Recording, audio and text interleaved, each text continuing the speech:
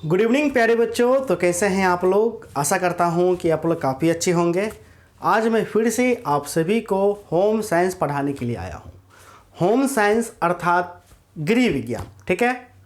गृह विज्ञान में हमारा प्रथम अध्याय चल रहा है। प्रथम अध्याय जिसका शीर्षक है शिशु की जानकारी, 0 से 3 वर्ष। आप यदि नए बच्चे हैं, सर्वप्रथम कॉपी पेन खोल करके आपको बैठ जाना है और गृह विज्ञान का जो आपका प्रथम अध्याय है जिनका शीर्षक है शिशु की जानकारी, इसे आप अपने कॉपी में नोट कर लें।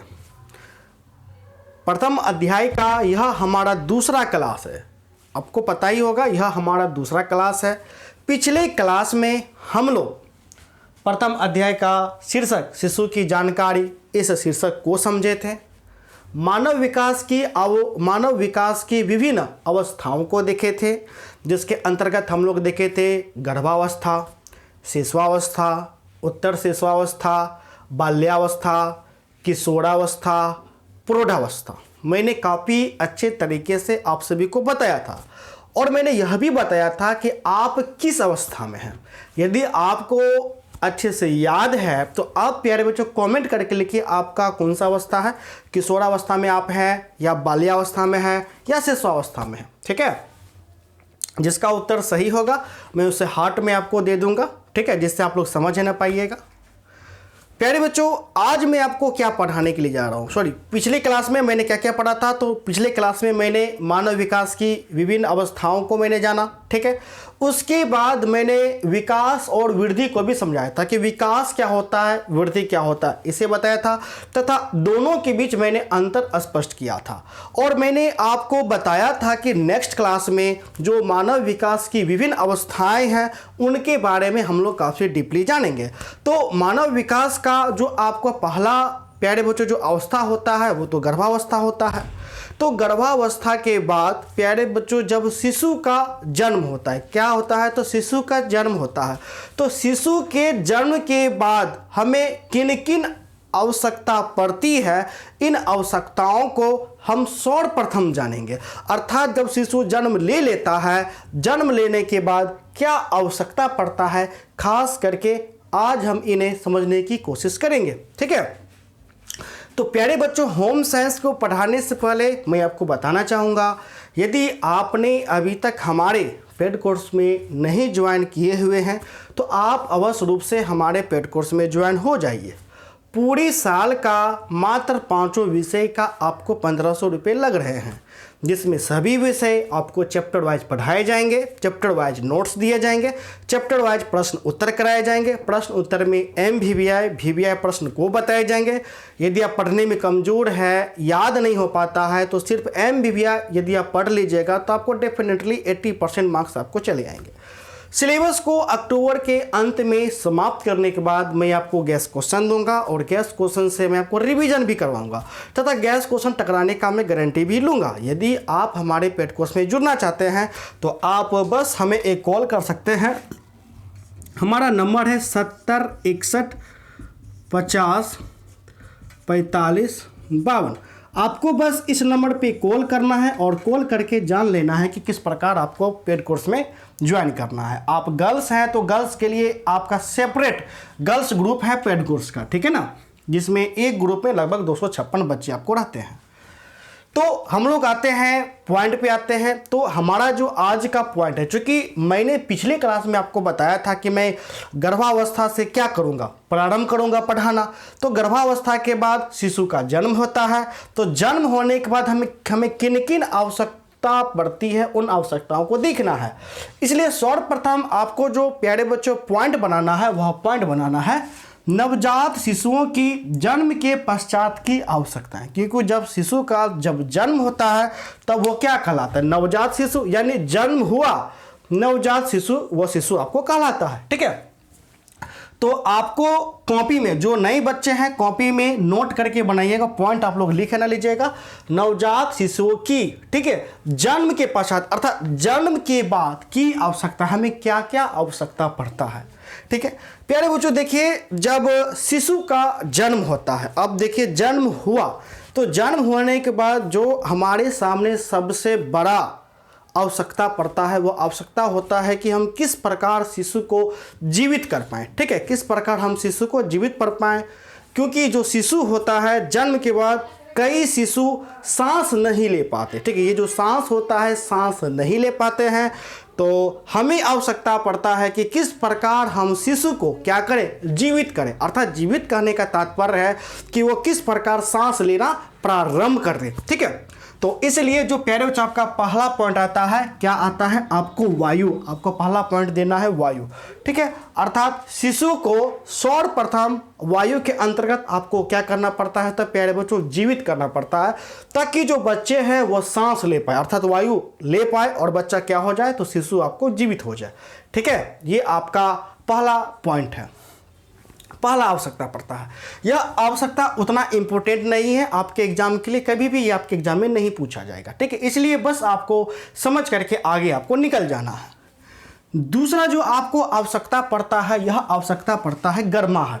क्या आवश्यकता पड़ता है, तो प्यारे बच्चों गर्माहट। जब शिशु का जन्म होता है तो शिशु का जहाँ जन्म हुआ वहाँ का वातावरण कैसा होना चाहिए, तो वहाँ का वातावरण गर्माहट यानी कि गर्म माहौल आपको होना चाहिए। जो वातावरण है वो आपको गर्म माहौल होना चाहिए, ठीक है। शिशु को जब जन्म हो गया तो जन्म के उपरांत जो आपका त्वचा होता है, तो त्वचा से त्वचा क्या करना है, तो आपको टच करना है, उनको साफ करना है, जिससे त्वचा क्या हो सके, तो त्वचा आपको साफ हो सके। फिर आपको क्या करना है, एक आपको कपड़ा लेना है, ठीक है, सॉफ्ट आपको कपड़ा या फिर टॉवल आप लिया पहन सकते हैं और शिशु को उस टॉवल पे आप उसको रख सकते हैं, जिससे जो शिशु है वह शिशु गर्माहट क्या करे, तो गर्माहट आपको फील करे, ठीक है। तो इस प्रकार से आपको कार्य करना है दूसरे पॉइंट के अंतर्गत। फिर तीसरे पॉइंट के अंतर्गत आपको क्या करना है, ये जो दूसरा पॉइंट है ये भी आपके एग्जाम में कभी नहीं पूछा जाएगा, इसलिए इसे भी आपको समझ करके निकल जाना है। तीसरा जो पॉइंट है, ये पॉइंट है प्यारे बच्चों स्तनपान। ये पॉइंट यहाँ से आपको इंपॉर्टेंट पॉइंट आपको बन जाता है, यहाँ से आपके प्रश्न आपको पूछते हैं, डायरेक्टली आपके एग्जाम में दे देगा। स्तनपान आपको क्या करना है, तो इसको डील करना है कि स्तनपान आपको क्या होता है, ठीक है। तो प्यारे बच्चों स्तनपान क्या होता है, माँ जब अपने शिशु को दूध पिलाती है तो इसी प्रक्रिया को हम लोग स्तनपान करते हैं, ठीक है।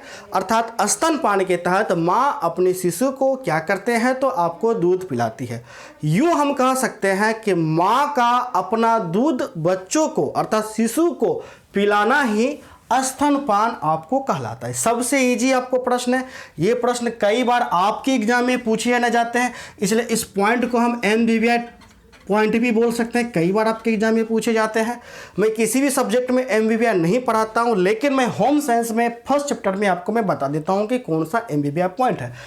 कई बार आपके शायद 2023 एग्जाम में डायरेक्टली यह लघु में प्रश्न आपको दे देगा स्तनपान, बस आपको डील करना पड़ेगा, जो कि मैं होम साइंस में पहले ही बता चुका हूं कि लघु में बस पॉइंट दे देगा, उसको आपको परिभाषित करना पड़ेगा। तो उन पॉइंट में से स्तनपान सबसे ज़्यादा MBBI आपको निकल करके आता है।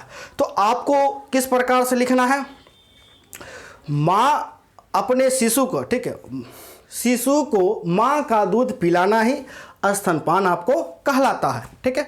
माँ के दूध में प्रोटीन प्रचुर मात्रा में होती है, माँ के दूध में जो प्रोटीन होती है प्यारे बच्चों वो प्रचुर मात्रा में होती है, जिससे जो बच्चे जो होते हैं, जो शिशु होते हैं, वह रोग मुक्त हो जाते हैं, ठीक है, वो जो रोग मुक्त हो जाते हैं, संक्रमण का जो डर होता है वह डर थोड़ा सा निकल जाता है, क्योंकि माँ के दूध में पर्याप्त मात्रा में प्रोटीन आपको रहता है, ठीक है। इनके अलावा जब शिशु का जन्म होता है तो जन्म के 4 घंटों के अंदर, ठीक है, जन्म के 4 घंटों के अंदर माँ का दूध पिलाना अति आवश्यक हो जाता है, ठीक है। माँ का जो दूध पिलाना वो 4 घंटों के अंदर अति आवश्यक हो जाता है। ये जो अवधि है दूध पिलाना, शिशु को दूध पिलाना, अर्थात माँ का दूध पिलाना शिशु को, यह लगभग आपको 6 मंथ तक चलता है। कितने मंथ तक, 6 मंथ, अर्थात जन्म से लेकर के शिशु को 6 मंथ तक आपको दूध आपको पिलाना है, ठीक है।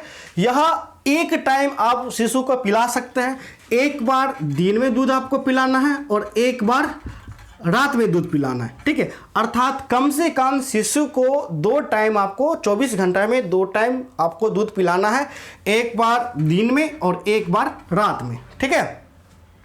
तो ये प्यारे बच्चों आपको स्तनपान हो गया। उम्मीद है कि स्तनपान में आपको किसी भी प्रकार से समझने में कोई कठिनाई नहीं आई है, ना होगी।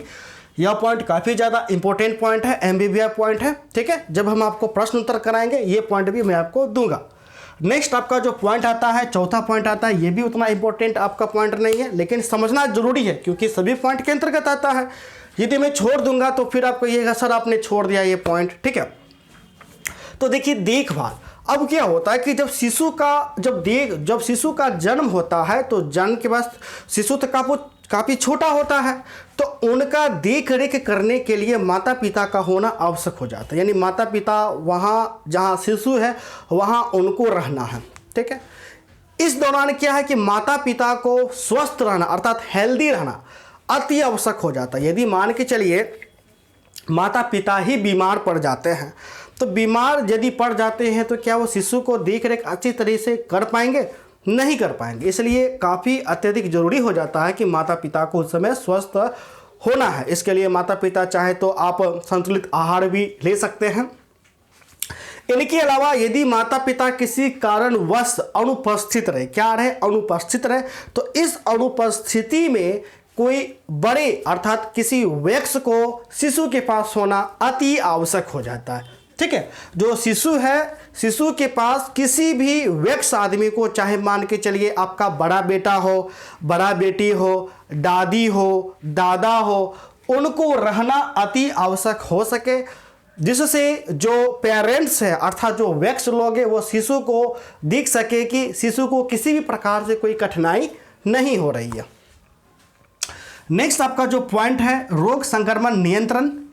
तो रोग संक्रमण नियंत्रण के लिए ये भी इंपॉर्टेंट ही पॉइंट है, कभी कभी आपके एग्जाम में पूछा जाता है रोग संक्रमण नियंत्रण। इसके अंतर्गत क्या होता है कि आप जहां शिशु को रखते हैं आपको क्या करना है, उस जगह को साफ सफाई पर विशेष ध्यान देना है। यदि आप साफ सफाई पर विशेष ध्यान नहीं दीजिएगा तो हो सकता है कि जो शिशु है वह शिशु रोग से ग्रसित हो जाए, ठीक है, रोग से ग्रसित हो जाए। इसलिए जहां शिशु रहता है उस जगह को साफ सफाई करना अति आवश्यक हो जाता है। यहां तक कि शिशु को जब कोई गोदी में लेता है अर्थात खिलाने के लिए, दुलार करने के लिए कोई जब गोद में लेता है तो यथासंभव आप कोशिश करें कि जो गोद में उसको ले रहा है उन्हें कहीं आप अच्छी तरीके से हाथ धो लीजिए, हाथ को सैनिटाइज कर लीजिए, लाइफ बॉय साबुन से हाथ धो करके एकदम क्या कर लेना है, क्लीन कर लेना है। उसके बाद शिशु को गोद में लेना है। इससे क्या होगा कि इससे जो शिशु है वो किसी भी संक्रमण के शिकार नहीं होंगे, परिणाम स्वरूप शिशु हेल्दी और स्वस्थ रहेंगे, ठीक है। तो प्यारे बच्चों यह मेरा पांचों का 5 पॉइंट आपका हो गया। आशा करता हूं कि ये 5 पॉइंट आपको समझने में किसी भी प्रकार का कोई दिक्कत नहीं हुआ हो। यदि कोई दिक्कत आ रही है समझने में तो आप कमेंट करके बेशक हमें बता सकते हैं। अब बताइएगा तभी तो हम जानेंगे ना कि आपके साथ दिक्कत हो रही है समझने में, कौन सा पॉइंट को समझने में दिक्कत हो रही है, तभी तो मैं उसे काफ़ी अच्छे तरीके से बताऊँगा, ठीक है।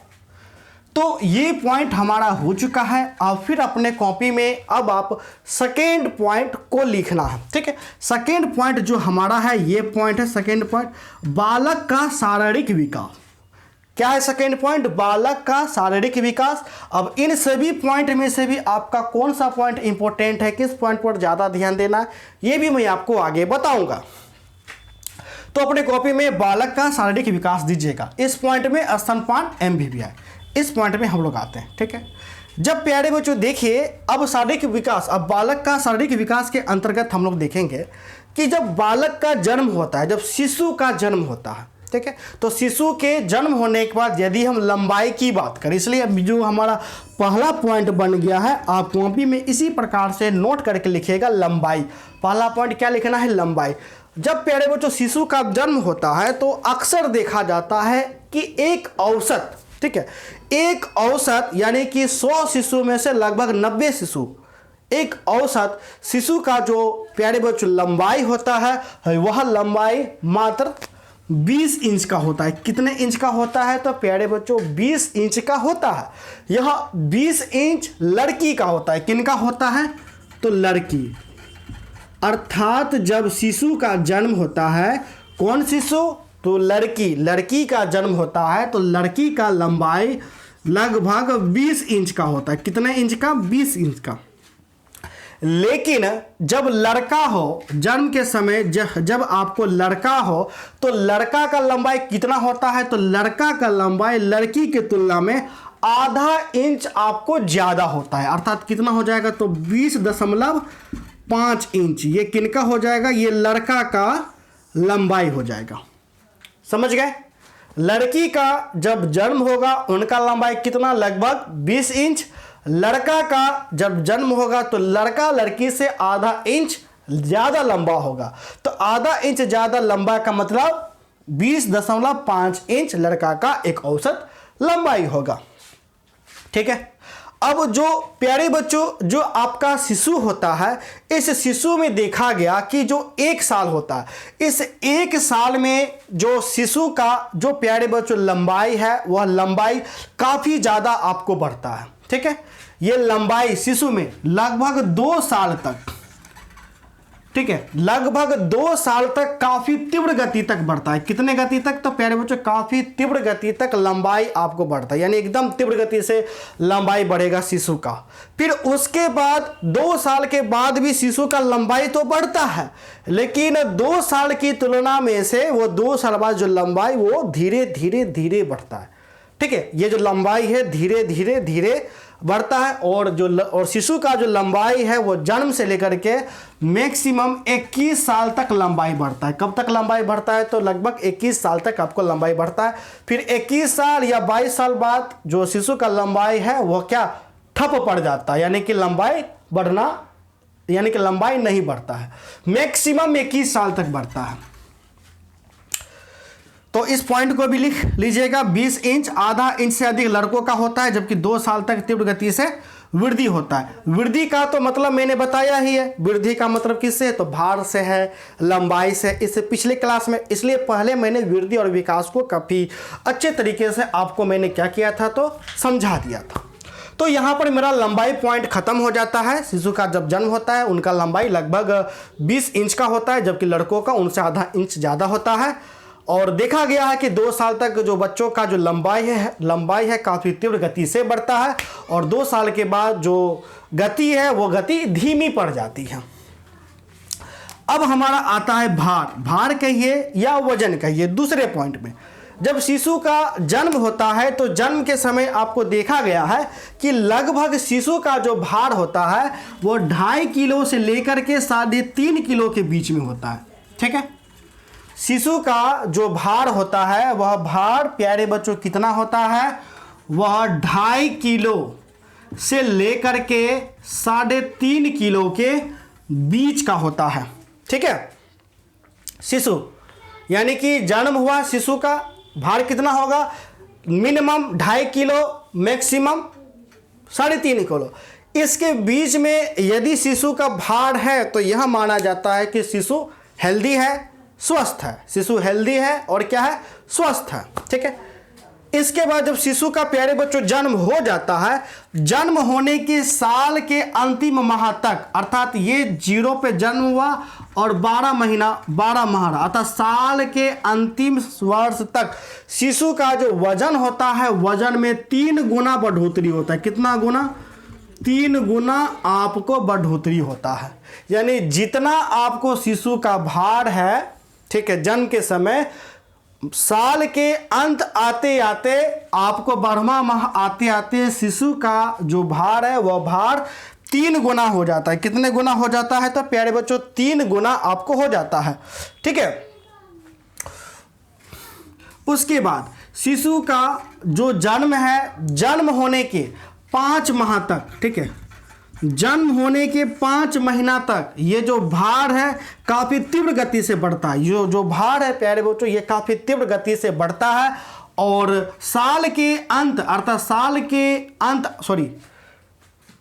1 साल पुरते तक, ठीक है, 1 साल होते होते, अर्थात जन्म के बाद 12 माह तक आते आते जो शिशु का भार है वह 3 गुना हो जाता है। कितने गुना हो जाता है? तो प्यारे बच्चों आपको 3 गुना हो जाता है। ठीक है। तो यहां पर हमारा दूसरा पॉइंट भी हो गया, तो आपको नोट कर लेना। इसी प्रकार जो भार होता है 2.5 किलो से 3.5 किलो का होता है। पहले वर्ष के अंत तक 3 गुना वजन हो जाता है और जन्म से 5 माह तक तीव्र गति से भार आपको बढ़ता है। ठीक है, तो यहाँ तक प्यारे बच्चों हमारा दूसरा पॉइंट है ना हो चुका है। अब हम आते हैं तीसरे पॉइंट पे। इसी प्रकार पॉइंट बना करके आप लोग लिखिएगा ताकि नोट्स आपका बेहतर रहना हो पाएगा। तीसरा जो हमारा पॉइंट है वह है शारीरिक अनुपात। कौन सा है? तो प्यारे बच्चों शारीरिक अनुपात। अब जब शिशु का जब जन्म होता है तो देखा गया है कि उनका जो विकास, उनका जो वृद्धि होता है या विकास होता है वह कैसा होता है? तो प्यारे बच्चों आपको शारीरिक अनुपात में होता है। ठीक है, यदि मैं चेहरे की बात करूं तो चेहरे की बात में क्या होता है कि जब जन्म होता है तो ये जो चेहरा जो आप देख रहे हैं, चेहरा शिशु का बड़ा होता है। ये जो चेहरा शिशु का बड़ा होता है और सर ये छोटा होता है। इसका कारण है कि जो शिशु का जो दांत है वो दांत नहीं होता है। जो दांत होता है तो दांत आपको नहीं होता है, जिस कारण ये चेहरा सिर की तुलना में क्या, तो प्यारे बच्चों आपको काफी, तो चेहरा जो है, चेहरा सिर की अपेक्षा, ये सिर की अपेक्षा छोटा होता है। ठीक है, सॉरी उल्टा बोल दिया। जो चेहरा जो होता है प्यारे बच्चों, ये जो चेहरा है वह सिर की अपेक्षा छोटा होता है, क्योंकि जो शिशु है वह शिशु का दांत आपको नहीं होता। जो दांत है वह दांत नहीं होता है, इसलिए जो चेहरा होता है वह छोटा होता है, क्योंकि दांत शिशु में नहीं होते हैं। अब जैसे ही दांत हो जाते हैं, दांत होने के बाद जो चेहरा है वो थोड़ा सा सर के ये तुलना में अनुपातिक आपको हो जाता है। ठीक है, तो पहला पॉइंट हो जाएगा चेहरे का अनुपातिक विकास। ठीक है, फिर दूसरा हो जाएगा धड़ का अनुपातिक विकास। अब ये धड़ मतलब जो गला, जन्म के बाद जो शिशु है ये गला का भी अनुपातिक विकास होता है, एक समान आपको होता है। फिर उसके बाद शिशु का हाथों और पैरों का भी जो विकास होता है वह विकास आपको अनुपातिक ही होता है। ठीक है, यानी हाथ पैर का अनुपातिक विकास होता है, सर चेहरे का अनुपातिक विकास होता है, धड़ का अनुपातिक आपको विकास होता है। ठीक है, तो ये सारा अनुपातिक आपको विकास हो गया। तीसरा, यहाँ तक आपके एग्जाम में प्रश्न नहीं आते हैं, ज़्यादातर आपको ऑब्जेक्टिव ही पूछे जाएंगे। किस प्रकार से पूछे जाएंगे वो भी मैं आपको आगे मैं आपको बताऊंगा। ठीक है, अब जो हमारा चौथा प्रश्न निकल करके आता है, चौथा पॉइंट निकल करके आता है बालक का शारीरिक विकास के अंतर्गत, वह है मांसपेशी का विकास। ठीक है, अब देखिए जब शिशु का जन्म होता है तो जन्म के समय नवजात शिशु का मांसपेशी का विकास नहीं हो पाता है। ये जो विकास है वो नहीं हो पाता है, जिस कारण जो शिशु काफ़ी दुर्बल आपको है ना होता है। उसे कोई गोद में भी लेता है तो बड़ा सावधानी से लेता है। ठीक है, तो नवजात शिशु की मांसपेशी का विकास आपको नहीं हो पाता है। वो धीरे धीरे जब शिशु बड़ा होने लगता है तब जाकर के उनका मांसपेशी का विकास होना प्रारंभ हो जाता है। ठीक है, अब इसके बाद जो लास्ट पॉइंट हमारा आता है वह है दांत। ये दांत आपको हो जाता है एमवीवीआई पॉइंट। ठीक है, दांत एमवीवीआई हो जाता है। इस दांत से आपके प्रश्न आपके एग्जाम में पूछे जाते हैं। तो अब मैं क्या करता हूँ, थोड़ा सा बोर्ड को मैं मिटा देता हूँ ताकि मैं दांत को काफ़ी अच्छे तरीके से मैं समझा सकूँ। ठीक है, अब प्यारे बच्चों देखिए, ये जो दांत है, शिशु जब लगभग आपको, ठीक है, शिशु जब प्यारे बच्चों लगभग 7-8 माह का हो जाता है। ठीक है, लगभग 7-8 माह या 6 से 8 माह के बीच का हो जाता है तो शिशु में दांत आना प्रारंभ हो जाता है। शिशु में जो दांत है वो आना प्रारंभ हो जाता है। ठीक है, अब जो देखा गया है ये जो दांत है, ये दांत 2 प्रकार का होता है। ये दांत 2 प्रकार का होता है। पहला हो गया अस्थाई दांत, अस्थाई दांत। दूसरा प्रकार हो गया अस्थाई दांत, अस्थाई दांत। ठीक है, आपके एग्जाम में कई बार प्रश्न पूछे जाते हैं, आपको दे देगा अस्थाई दांत, अस्थाई दांत, आपको डील करना पड़ेगा। क्योंकि मैंने पहले ही बोला जो प्रश्न पूछेगा वो प्रश्न उत्तर टाइप करना ही रहेगा, बस पॉइंट इसी प्रकार दे देगा, आपको लघु बनाना रहेगा। ठीक है, तो अस्थाई दांत क्या होता है, अस्थाई दांत क्या होता है, यह हम जानेंगे। जब प्यारे बच्चों देखिए, जब शिशु जो है, शिशु लगभग 6 से 8 माह का हो जाता है तो देखा गया है कि शिशु में दांत आना प्रारंभ हो जाते हैं। जो दांत है, दांत आना प्रारंभ आपको हो जाता है।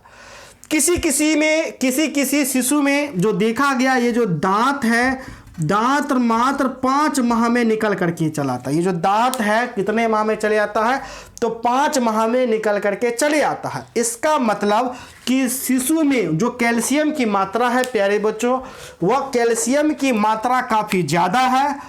ठीक है, काफी ज्यादा है, इसलिए शिशु का जो दांत है वो समय से 1 मंथ पहले आ गया। ऐसी स्थिति में कहा जाता है कि जो शिशु है, शिशु काफी क्या, काफी ज्यादा हेल्दी है। ठीक है, और कभी कभी देखा जाता है कि शिशु का जो दांत है लगभग 11 माह में आता है। कब आता है? तो 11 माह में। 11 माह यानी कि बहुत लेट से दांत आया है। तो 11 माह में शिशु में तब दांत आता है जब शिशु कैल्शियम का शिकार हो जाता है, अर्थात शिशु में कैल्शियम की मात्रा क्या होता है? तो प्यारे बच्चों कम होता है।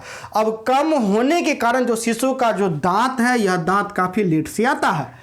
ठीक है, अब ये जो दांत कहलाता है, यही दांत आपको अस्थाई दांत कहलाता है। क्या कहलाता है? अस्थाई दांत। ये दांत काफी कमजोर होते हैं, गुणहीन होते हैं। ये जो दांत होते हैं काफी कमजोर होते हैं, गुणहीन होते हैं, यानी कि गुण नहीं होता है। काफी छोटे छोटे दांत होते हैं। कैसे दांत होते हैं? काफी छोटे छोटे दांत होते हैं। और इन दांतों की, अस्थायी दांतों की जो संख्या होती है वो प्यारे बच्चों कितनी होती है? यह प्यारे बच्चों 20 होती है। आपके एग्जाम में ऑब्जेक्टिव में भी काफी ज्यादा प्रश्न पूछे जाते हैं। अस्थायी दांत की संख्या कितनी होती है? तो 20 होते हैं। ठीक है, उसके बाद देखिएगा, यदि आपके पास बुक है एसपीपीडी का, तो प्यारे बच्चों आप लोग एसपीपीडी का बुक अवश्य रूप से खरीद लीजिएगा। ठीक है, सारा पॉइंट आपको दिया गया है। चलिए, एकदम सब चीज़ तो हो गया है।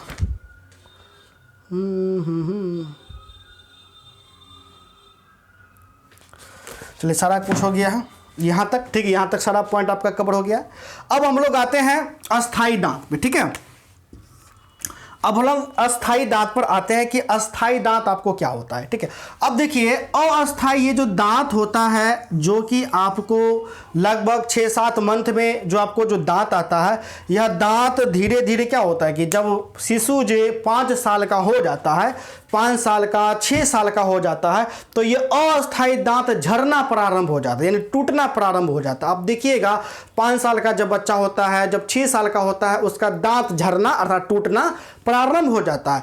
और टूटने के बाद जब दूसरा दांत आता है, ठीक है, टूटने के बाद जब दूसरा दांत आता है, यह दांत कब आता है? तो लगभग 6 वर्ष के बाद।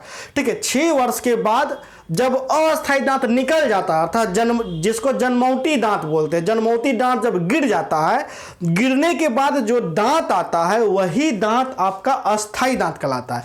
उसी दांत को हम लोग अस्थायी दांत कहते हैं। ये जो दांत होता है, यह दांत काफी मजबूत होता है। यह दांत काफी मजबूत होता है, गुणी दांत होता है। कैसा दांत होता है? गुणी दांत होता है। ठीक है, और धीरे धीरे इसका जो संख्या है वो 20 से बढ़कर के कितना हो जाता है? 28 हो जाता है। फिर 28 के बाद 32 हो जाता है। ठीक है, तो आपके एग्जाम में कई बार लघु में पूछे जाएंगे। क्या क्या पूछे जाएंगे? तो यहां मैं आपको भिविया अंकित कर देता हूं। अस्थायी दांत 1, अस्थायी दांत 2, स्तनपान 3। यहां से मात्र 3 प्रश्न लघु के आपके बन रहे हैं। ठीक है, ऑब्जेक्टिव प्रश्न यदि आप देखिएगा तो बहुत ज्यादा प्रश्न आपको बनेंगे। ऑब्जेक्टिव प्रश्न कौन कौन से बनेंगे? सर्वप्रथम, अस्थायी दांतों की संख्या कितनी होती है? कमेंट करके बताइए कितनी होती है? 20 होती है। ठीक है, कितनी होती है? 20 होती है। ठीक है, पहला ऑब्जेक्टिव। अस्थायी दांत कब आता है? तो 6 माह के बाद आता है। कब आता है? तो 6 माह के बाद। आपका ऑब्जेक्टिव हो गया। ऑप्शन दे देगा 6 माह के बाद, 4 माह के बाद, 2 माह के बाद। उत्तर क्या हो जाएगा? 6 माह के बाद हो जाएगा। ठीक है, इसी प्रकार मां का दूध, शिशु को मां का दूध पिलाना कहलाता है। क्या कहलाता है? स्तनपान आपको कहलाता है। ठीक है, ऑब्जेक्टिव हो गया। इसी प्रकार जन्म के समय शिशु का भार होता है, कितना होता है? 2.5 किलो से लेकर के 3.5 किलो का होता है। ये आपको कई बार आपके एग्जाम में पूछा जाता है। जन्म के समय शिशु का लंबाई होता है, कितना लंबाई होता है? तो 20 इंच होता है। कितना होता है? 20 इंच होता है। इस प्रकार से जब देखिएगा बहुत सारा ऑब्जेक्टिव प्रश्न निकल करके आएगा। ठीक है, तो प्यारे बच्चों, आशा करता हूं कि आपको आज का क्लास काफ़ी अच्छा लगा हुआ हो। नेक्स्ट क्लास में मैं आपको मेन और भी पॉइंट आपको पढ़ाऊंगा। आज के लिए बस इतना ही। यदि आपने अभी तक हमारे पेड कोर्स में ज्वाइन नहीं कर रखे हैं तो आप अवश्य रूप से ज्वाइन कर लीजिए। गर्ल्स के लिए आपका सेपरेट ग्रुप है। ठीक है, किसी भी प्रकार का कोई दिक्कत नहीं होगा। एक ग्रुप में लगभग 256 बच्चे आपको रहते हैं, गर्ल्स का लगभग 4th ग्रुप आपका चल रहा है। यदि आपने अभी तक ज्वाइन नहीं किया है तो आप अवश्य रूप से हमारे पेड कोर्स में ज्वाइन कर लीजिए। पूरे साल का मात्र 1500 रुपये लग रहे हैं। अत्यधिक जानकारी के लिए कॉल करिए 70 61 50 45 52। धन्यवाद।